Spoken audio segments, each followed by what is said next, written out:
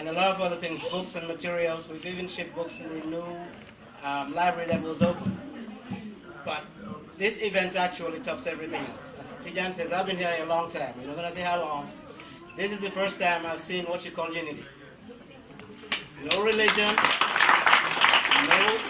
no class, nothing at all. Somebody said, we got a problem, let's do it. And what I see here tells me that we can do this anytime we choose to do it. That's right. And I'm hoping this is the first phase, that is not the end of it. Because when it comes to helping back home, we may not have much, but what I look around here tells me a lot. All it takes is word of mouth. Even you have friends who mention it, they might bring you a bag or two.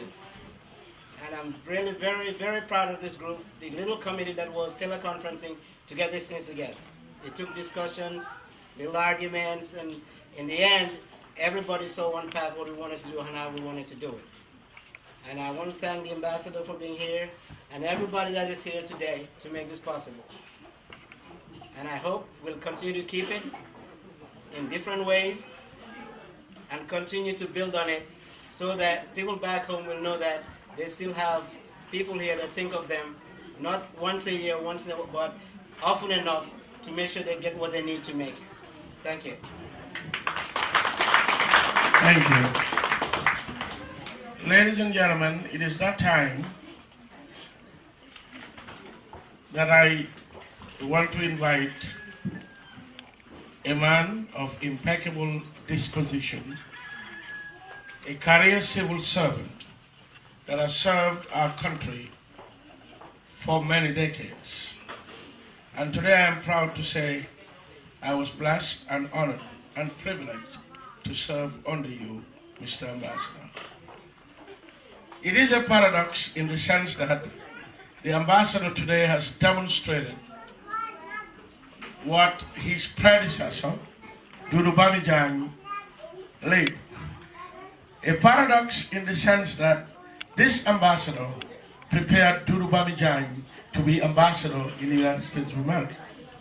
And Your Excellency, you have served our country with distinction for many years, and we are proud to call you our ambassador. And I assure you that every person in this room looks forward to working with your office, working under and with you for the mutual benefit of those who live in the Gambia. We can only consolidate the gains made here through a wise leadership, and I am confident we have that leadership in your ambassador, ladies and gentlemen, His Excellency, the Honorable Ali Ungam. Ladies and gentlemen, I think I should start off by thanking you for being here and for being able to introduce myself to you. Since I came, I have interacted with some of you.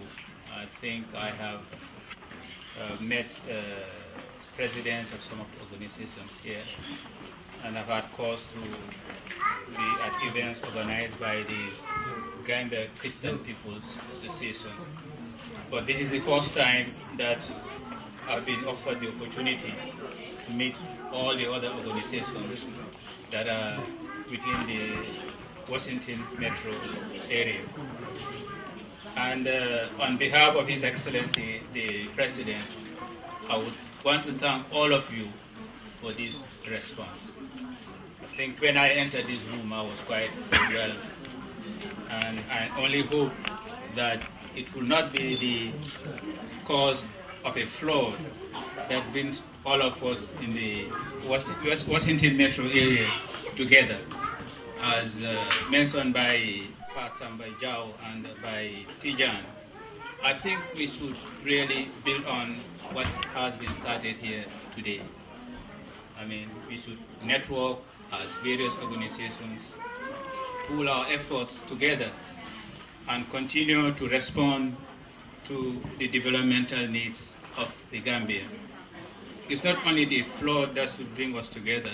I mean, we still have to grapple with the issue of poverty, which is a main agenda of His Excellency, the President. When the flood occurred, And I must say, the flood is not only affecting the Gambia, it's affecting the whole West African sub-region. In fact, some countries are in a worse state than us. But all the same, I think the government was the first response when the flood occurred. It set aside quite a substantial sum of money to immediately respond to the needs of the population. But the nature of the problem is such that every Gambian would need to put what little effort one can put forward to help those that are in need. As Her Excellency the Vice President, Asuni Jaisedi, who is, by the way, the chairperson of the National Disaster Management Agency, has said, no contribution is small. I think the mere fact that one is making a gesture itself is a big contribution.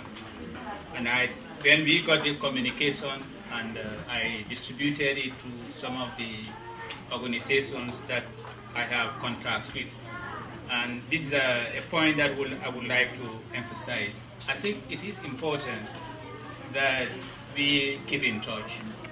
I mean, we are here for Gambians, but if we don't have contacts, if you don't have coordinates, sometimes it's difficult to pass on information that we receive back home. And I hope this event will provide us the opportunity so that we at the embassy also know whom we can contact, not just because of flood, but for any other circumstance that require us to get in touch with Gambians that are not only within this area, but within the whole of the United States. I mean, it's a general attitude of Africans, not only Gambians, unlike other nationalities, Americans and the Europeans. I mean, whenever they visit a country, their first point of contact is their embassy, so that their presence is known. But here, I think we only get in touch with the embassy when we have a problem or we need an issue solved. And I think that should not be the case. I think you should make sure that the money that is being paid by the taxpayers and by you to run in the embassy at least has value. And that value can only come if you really get in touch with the embassy. And we'll make an effort before we leave here to get the coordinates of all the organizations and individuals that are present here. I think it's important also for this event to really give recognition. Before I came here, I mean, I had calls from others who are not Gambians, but who one can consider as Gambians, because, I mean, since they came in touch with the Gambia at some point in their life, I mean, they've maintained that solidarity with the Gambia. I mean, one such person is somebody mentioned later on. I mean, since I came here, he has been trying to help me to find my directions, and it's because she was one time Peace Corps director in the Gambia, and I think on behalf of the Gambian community, we will thank her and ask her to continue efforts in making Gambians comfortable in the DC metro area. I mean, the former ambassador was here, Ambassador Scott, but I think he has left. And he has also continued his contracts with Gambians and his concerns for the Gambia. I must also thank Aji Senabu Saad. I think she has been quietly in the background. I mean, since this event happened, she got the embassy in touch with Mr. Job. And I know Mr. Job also has been very instrumental in getting in touch with all the Gambian organizations, with Mr. Prom, with Mr. Jao, and all the other organizations to make sure that an event like this is successful. I would assure you that this effort will be given required recognition back home.